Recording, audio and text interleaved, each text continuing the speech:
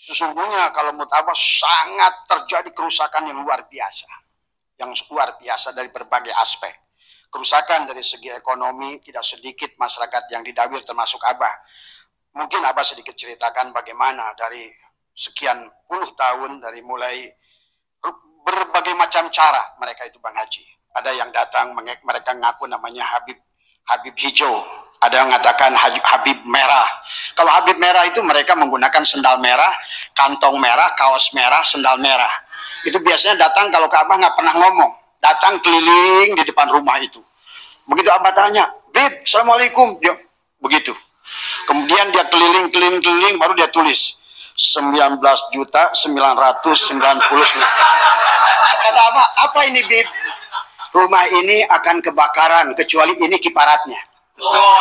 Itu satu. Itu bisa begitu. Dan itu sering terjadi.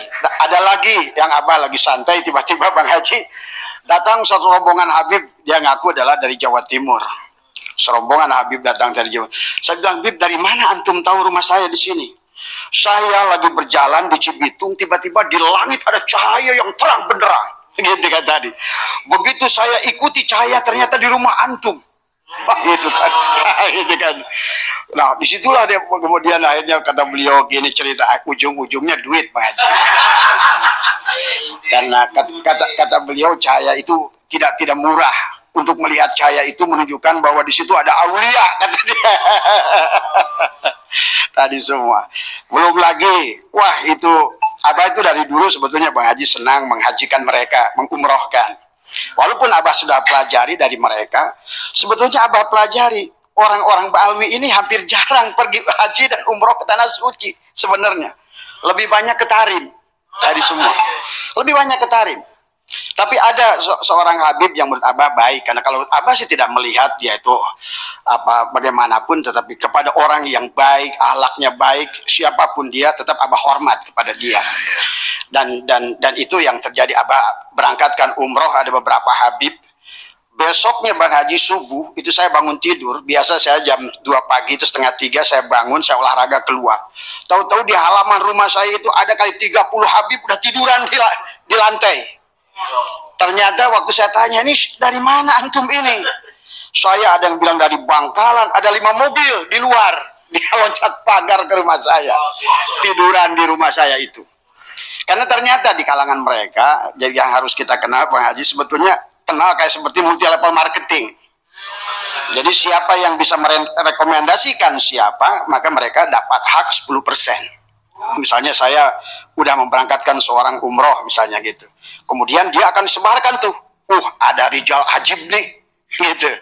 Kemudian mereka umumkan itu ke semua, maka datanglah. Saya tanya, dari mana kalian? Saya dari Anu.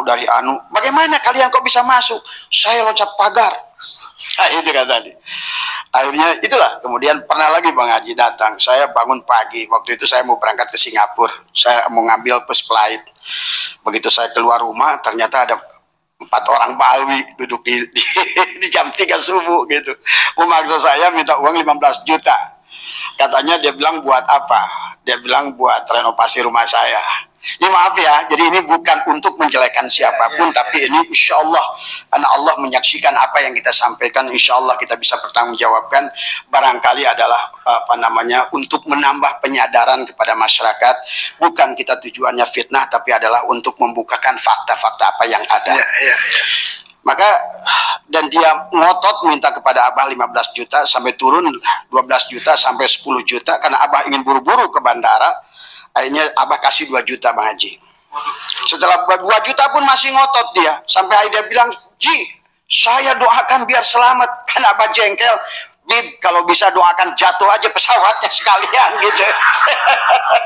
Sekalian saya ingin bukti doa kamu itu mustajab enggak gitu kan tadi semua. Banyak Bang Haji. Jadi selama sekian itu termasuk maaf, ada dia bawa kaligrafi. Bawa kaligrafi sampai ke rumah. Assalamualaikum, waalaikumsalam, gitu kan tadi semua. Ada kaligrafi. Ini apa? Tolong anak katanya ini 5 juta saja. Wah, yang kayak gini saya bilang 200.000 paling gitu. Ya sudahlah katanya 3 juta nggak apa-apa. Akhirnya saya maghrib itu, saya berikan aja 3 juta. Saya kan tinggalkan, saya bilang, Bib, ayo sholat maghrib. Maaf Bang Haji, saya bukan ngejelekan lagi. Saya itu sering, Ma Habib itu datang waktu-waktu sholat, tapi setiap saya mau ajak sholat, nggak pernah mau. Kemudian begitu saya tinggalkan, saya kasih duit 3 juta, begitu saya beres sholat maghrib ke situ, kaligrafinya dibawa, duitnya dibawa. Dan ini ada penyaksian dari istri saya. Saya tidak ada Bang Haji. Dia masuk ke dapur. Umi, ke istri saya itu, pengen makan.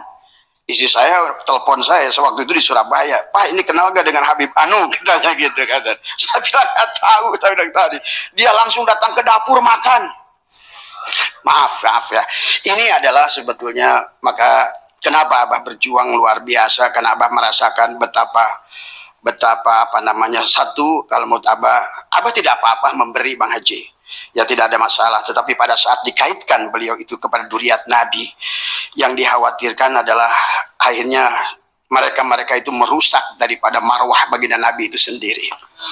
Ya, dan ini kalau Abah ceritakan, maka di Abah kalau Bang Haji kapan nanti mampir, ada tongkat Sunan Ampel yang mereka jual 7 juta. Ternyata hanya dari bambu biasa. Kata beliau, saya itu pulang dari makam Sunan Ampel dan dia bilang, ini tolong antarkan ke Abah Setu, tapi maharnya adalah 5 juta. Coba, ada batu, nanti ada Quran yang dia bilang sudah hampir 300 tahun tadi semua, dan itu saya bayar hampir 47 juta Bang Haji tadi semua. Ternyata begitu saya cek, ternyata juga ya, artinya bahwa sebenarnya mungkin yang seperti saya ini banyak sebenarnya, karena saking cintanya pada Rasulullah, kita sudah nggak peduli lagi kadang-kadang dengan perbuatan dan akhlak mereka dahulu itu. Jadi semua sampai Kiai Imaduddin datang, itulah yang menyadarkan kita, ini kalau tidak dihentikan bahaya kepada kita dan kepada mereka. Karena saya selalu berharap Bang Haji dan selalu berdoa, ya Allah semoga Balu ini diberikan penyadaran. Karena saya khawatir tadi semua, sampai Abah pernah live, kata Abah, demi Allah